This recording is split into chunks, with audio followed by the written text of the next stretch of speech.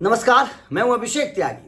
RCB के खिलाफ KKR की जो शर्मनाक हार हुई है, इस हार के बाद कुछ सवाल खड़े हो रहे हैं कि आखिर ये फैसले क्यों किए गए। क्योंकि कुछ फैसलों के ऊपर अब केकेआर के क्रिकेट फैंस की नाराजगी साफ तौर पर सामने आ रही है। क्योंकि यह मुकाबला जीता जा सकता था, इस मुकाबले में बेहतर तरीके से परफॉर्मेंस किया जा सकता था, इस मुकाबले में केकेआर को जीत मिल सकती थी। क्योंकि ये बात तो पहले से पता थी, केकेआर के लिए मुकाबला करो या मरो वाला मुकाबला है। अगर केकेआर इस मुकाबले को जीतती है तो जिंदा रहती है, वरना आखिर के जो 3 मुकाबले बचेंगे उसमें क्या है, केकेआर के 15 पॉइंट्स हो सकते हैं। अब केकेआर 16 पॉइंट्स, अगर हम एक क्राइटेरिया रखें क्वालिफिकेशन का 16 पॉइंट्स, तो केकेआर वहां तक तो अब पहुंच नहीं पाएगी। तो सीधी सीधी सी बात है। तो मतलब साफ है कि आरसीबी के खिलाफ जो हार मिली, इस हार के बाद केकेआर की क्वालिफाई करने की जो उम्मीदें थी वो भी मर गई हैं। मतलब इस हार के साथ साथ सारी उम्मीदें खत्म हो गई हैं। केकेआर की जो क्वालिफाई करने की उम्मीदें थी, लेकिन इस हार के बाद जब एनालिसिस करेंगे और इस हार का विश्लेषण करने की कोशिश करेंगे तो कुछ वजह सामने आएंगी। क्योंकि अगर कुछ फैसले बेहतर लिए जाते तो ये मुकाबला जीता जा सकता था। सबसे पहली बात तो ये है कि ऐसा लगता है कि जैसे केकेआर का मैनेजमेंट, केकेआर का कप्तान कोई रणनीति बना ही नहीं रहे हैं। मतलब सारी टीमें अपनी रणनीति के तौर पर मैदान पर उतर रही हैं, लेकिन केकेआर का मैनेजमेंट, केकेआर का कप्तान चद्दर तान के सो रहे हैं। भाई साहब, इनको कोई परेशानी नहीं है, टीम हारे जीते किसी के खिलाफ कोई रणनीति नहीं बनानी है। क्योंकि रणनीति बनाने में तो दिमाग लगता है। रणनीति बनाने में किसी बल्लेबाज के खिलाफ अगर आप रणनीति बनाएंगे तो कुछ 1-2 घंटा बैठना पड़ेगा, उसमें दिमाग लगाना पड़ेगा। लेकिन वो रणनीति बन ही नहीं पा रही। क्योंकि आप अगर देखें, शुरुआत से अगर आप देखें, ये बात पहले से पता थी कि भुवनेश्वर कुमार और जोस हेजलवुड ये आएंगे और विकेट चटकाएंगे। ये बात पहले से पता थी, कोई नई बात नहीं है। इन दोनों का परफॉर्मेंस शानदार रहा है। और ये भी बात पता है कि भुवनेश्वर कुमार गेंद को स्विंग करवाते हैं और हेजलवुड जो है वो हार्ड लेंथ गेंदबाजी करके विकेट चटकाते हैं। ये बात भी हर किसी को पता था। और रहाणे कोई आज के खिलाड़ी नहीं है, बच्चे नहीं है, वो भी खेलते खेलते बुढ़े हो गए हैं। लेकिन उसके बावजूद आप देखिए, फिन एलन को भुवनेश्वर कुमार ने उसी तरीके से स्विंग गेंद पर आउट किया। और जोस हेजलवुड ने अजिंक्य रहाणे साहब जो हमारे कप्तान हैं, उनका आरती उतारो, केकेआर वालों उनकी आरती उतारो। जिस तरीके का कप्तान ये केकेआर को मिल गया है, पता नहीं यार, पीछा छोड़ने का नाम ही नहीं ले रहा है। 2 तरीके से रहाणे पीछा नहीं छोड़ रहे हैं। एक तो अपने आप कप्तानी को नहीं छोड़ रहे हैं, अपने आप कप्तानी को नहीं छोड़ रहे हैं, और दूसरी बात अपनी जगह को नहीं छोड़ रहे हैं। अरे भैया, जब आप रन नहीं बना पा रहे हो, आपका बल्ला चल नहीं रहा है, आप 10-12 रन बनाकर आउट हो जाते हो, तो कम से कम इतनी शर्म तो आपकी आंखों में होनी चाहिए कि आप अपनी जगह को तो छोड़ दो। कम से कम आप अपनी जगह को भी नहीं छोड़ रहे हो। वहां पर अगर सुनील नरेन ऊपर खिलाया जाता, सबसे गलत फैसला जो केकेआर ने इस मुकाबले में किया वो ये किया कि भाई साहब, आपको पता है कि भुवनेश्वर कुमार, जोस हेजलवुड की गेंदबाजी क्या है, आपको यह भी पता है कि रहाणे की बल्लेबाजी चल नहीं रही है, तो भाई साहब आप अपने कम से कम सुनील नरेन का ऊपर इस्तेमाल कर सकते थे।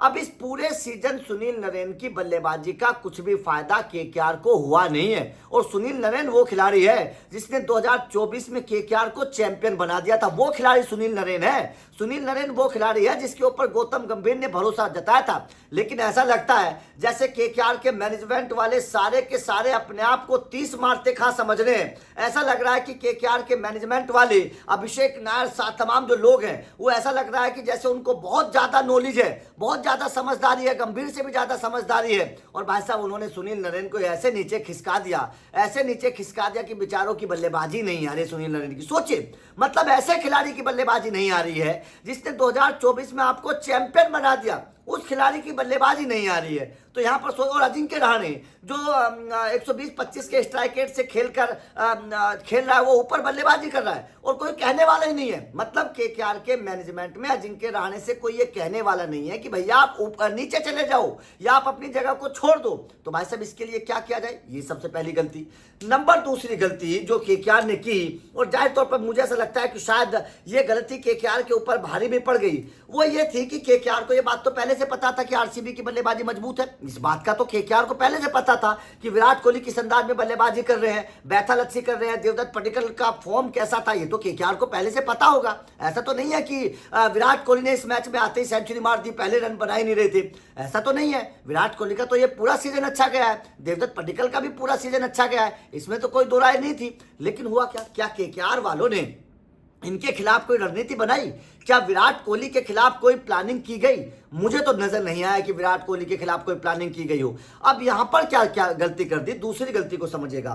दूसरी गलती यह थी कि आपने सौरभ दुबे को मौका दिया, ठीक है, आपने सौरभ दुबे को इंपैक्ट खिलाड़ी के तौर पर मौका दिया, चलिए ठीक है, आपने उनका डेब्यू करवा दिया, लेकिन आपने उनसे केवल 2 ओवर करवाए। मतलब डेब्यू वाले गेंदबाज से आपने केवल 2 ओवर करवाए जो आपने इंपैक्ट खिलाड़ी के तौर पर लिया था। तो मतलब आपका जो इंपैक्ट खिलाड़ी था वो तो इंपैक्ट नहीं डाल सका, तो मतलब आपका तो फैसला गलत साबित हुआ।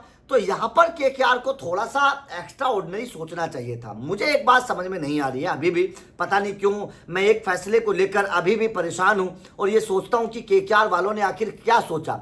उमरान मलिक इनके खेमे में खिलाड़ी बैठा हुआ है, इमरान मलिक एक्स फैक्टर है, ये दुनिया जानती है। उमरान मलिक के पास 150 किलोमीटर प्रति घंटे की रफ्तार है, ये भी दुनिया जानती है।